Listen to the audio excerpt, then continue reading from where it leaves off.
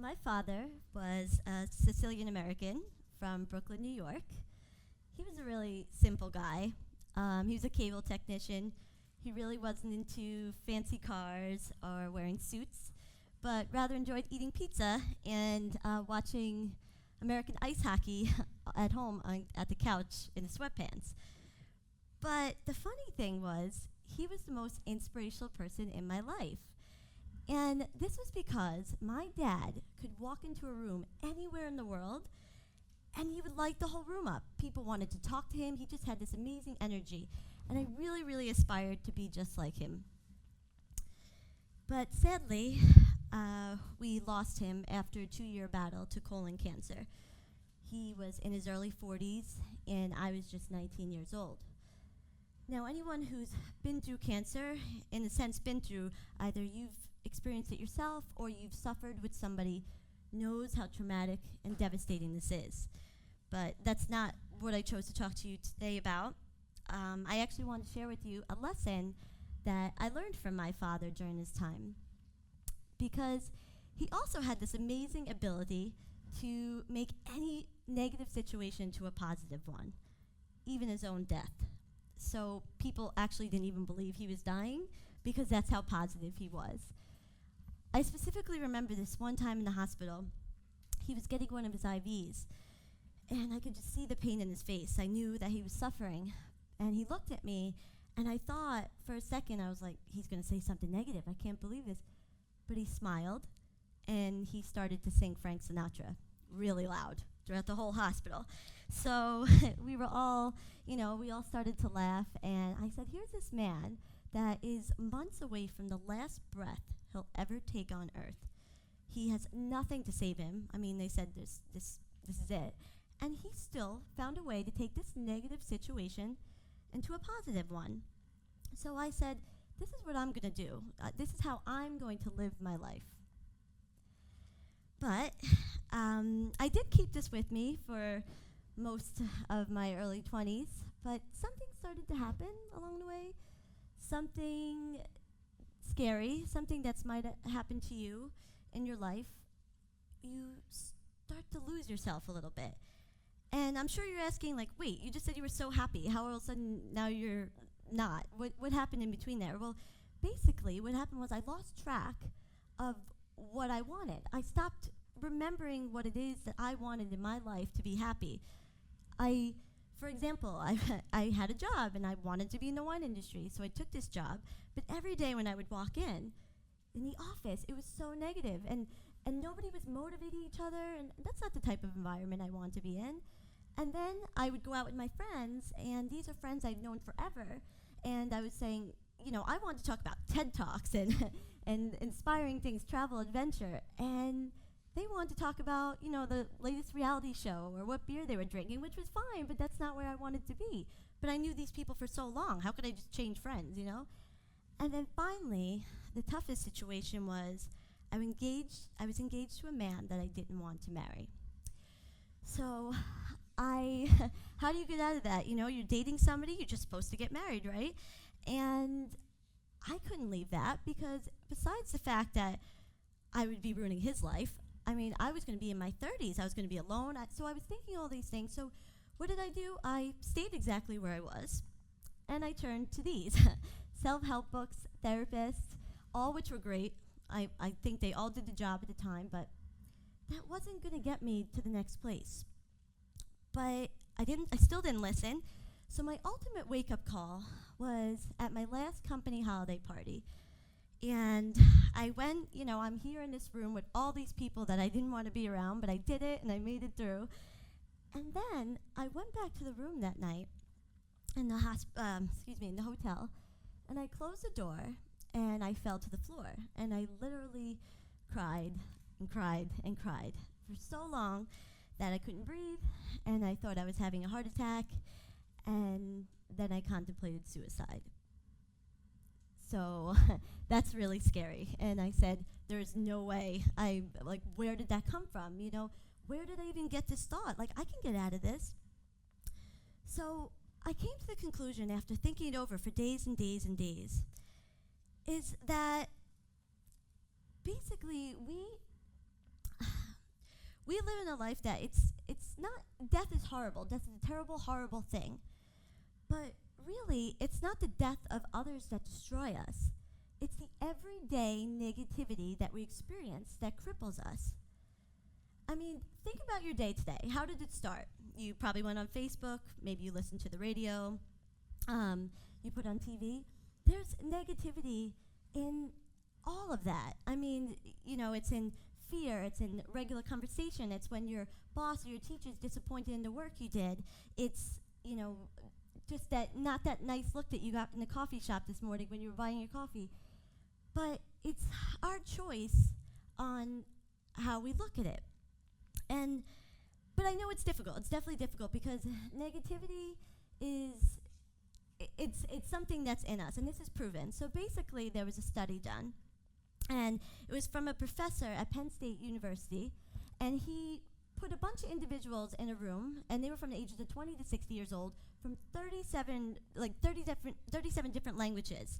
So this was all around the world, these people are from, and he said, just write down anything that you can think of in under a minute, and then anything that describes emotion. So at the end, he went around and he took an average of the words that he found from each person and kind of blended them together. And he said that the words that described emotion, there was joy, but then the other 6 words, anger, fear, anxiety, resentment. So basically what this is telling us is that negativity is something that's biologically driven inside of us. And that is why I want to speak to you today about living through negativity. And I believe the way to do that is by using the power of your authentic self. And when I say authentic self, I mean it's just a fancy word of saying your inner voice, the one that you are when you're confident and there's no shame or judgment. And I'm going to help you do this by suggesting 5 habits, thoughts, or practices that you can implement into your everyday life. And they're really simple. And the point is to block out some of that negativity and invite in some of the positivity. Smile. Smile is, the easiest thing you can do. Smile when you wake up. Smile when you go to bed. Smile when you're frustrated. Smile when you work out. Smile so much you don't even know you're smiling. I actually like to do a funny experiment sometimes on the New York City subway. So just like any other public transportation in the world, everybody looks down or they have their headphones in, and I'll just look up and smile and see, how everybody reacts. And I usually get one of these at first, but then they always smile back. That's because smiling is contagious. I mean, there's all sorts of theories and research that prove this, but one in particular that is really simple is from the University of London. There is a communication expert named Ruth Campbell. And what she said is that we have a mirror neuron in our brain. So it's just like whatever face you see that someone looking at you, you're just going to mirror it right back. So it's so easy. If you are not motivated to smile for yourself, at least think if you go outside tomorrow, you might change someone else's day. Number 2 is switch up your habits. Einstein said, the definition of insanity is doing the same thing over and over again and expecting a different result. Why do we think that if I would have stayed in that job, in that relationship, with my friends every single day, why did I think all of a sudden I was going to be happier one day? You need to switch up your habits. I know that it's not easy, but you can do it. I mean, I've even had situations, that I spoke about earlier, that group of friends that weren't serving me anymore. And it was really sad to walk away, but I wanted something better. And I chose to make that choice, and you know what? Now I have such an amazing group of friends that are entrepreneurs, inspirational speakers, and every day I feel more and more empowered. And you could do the same thing with anything in your life. Number 3 is accepting you are not perfect. For so long in my 20s, I hid my imperfections and flaws so that I can fit in these, in these situations. Like, again, I was in the wine industry, but I never studied wine. So every day I was anxious going to work, like, they're going to judge me. They know I don't know about wine. Until finally, one day I said, you know what? I'm a really hard worker and I'm really nice and I'm good enough the way I am. And that is how you have to look at life. I mean, it's all about how you want to feel. What you put out in the world is what people are going to see of you. I recently shared this Facebook post, and I'll just give you a quick idea what it says. So it says, I love food, but I'm not a foodie. I love wine, but I'm not a wino. I love yoga, but I'm not a yogi. I love art and books, but maybe you're not going to find me in galleries. And I go on and on, but can anybody relate to this? Has anybody tried to categorize themselves so that they fit in somewhere in the world, you know, whether food or yoga or wine? Well, it turns out a lot of my followers did. And, you know, I go on to say in the rest of the post, I basically say, like, forget about it. Like, you don't have to be something. How about just being yourself? You know, I'm authentic. I care about my friends and family and clients, and I want people to laugh more, to do more, to be more. And I asked my followers, I said, what is it that you liked about this post? Like, you know, I got over 300 likes. And they said, you know what, Cassandra? It was just a reminder that we need to accept our imperfections and our flaws and appreciate who we are before anybody else can. So just keep that thought with you every single day, and I really believe you'll feel more empowered and more positive. Number 4 is forgiveness. I learned from several spiritual teachers, coaches, and therapists of mine that Buddha had a theory, and it was this. Staying angry is like drinking poison and expecting the other person to die. Yeah, I know. When you think about it, you're like, this is crazy, but that's it. Why? You think you're hurting that other person by you waking up with anxiety every day? No way. You need to let it go. You need to, I know this is a tough thing to do, but you will feel so much better once you have that weight off your shoulder of resentment. And the way to do that, and if anybody wants to do it today, I mean, no pressure, you can close your eyes for a minute, but I often find myself closing my eyes and saying, you know, whoever hurt me or if I hurt you, I'm sorry. I'm sending you love and light. I'm not saying you're right or I'm wrong.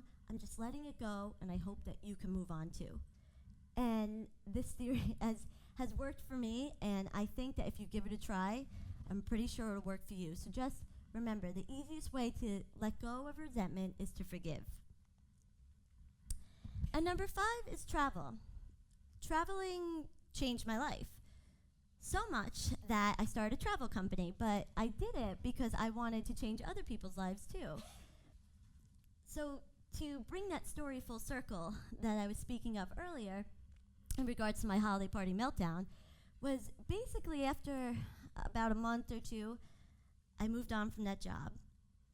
I broke off the engagement, and I bought a 3-month ticket to Italy. Now, I've, of course, got accused of running away, but it's not running away.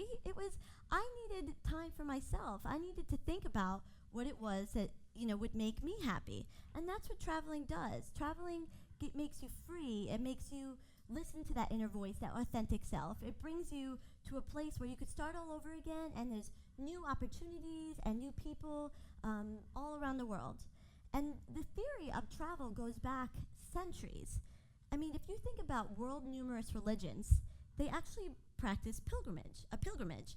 And the definition of a pilgrimage is taking a long journey to renew your spirituality.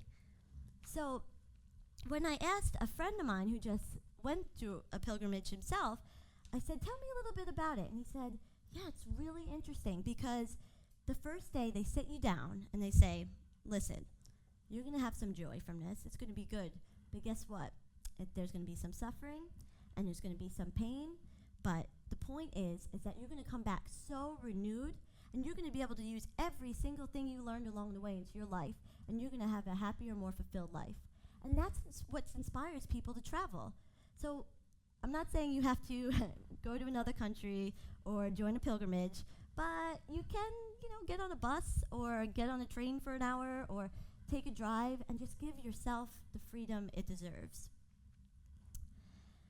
So there you have it. There's 5 ways that you can try to change the way you're thinking and protect yourself from the negativity that's coming into the world.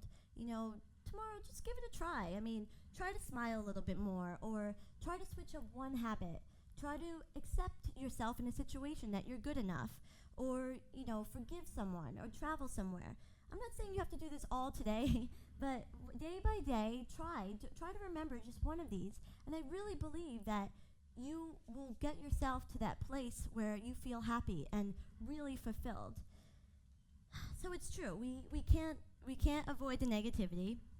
It's going to be there every single day, but we have a choice, and our choice is to eliminate unhappy people and circumstances in our life to bring us to our higher self. Just like my father stood up to cancer and death, you can stand up to anything that comes in your path. And if you ever lose focus, just remember, all you have to do is stop for a moment, take a breath, look within, and remember the strongest superpower that each and every one of us possess, and that's our own authentic self. Thank you very much.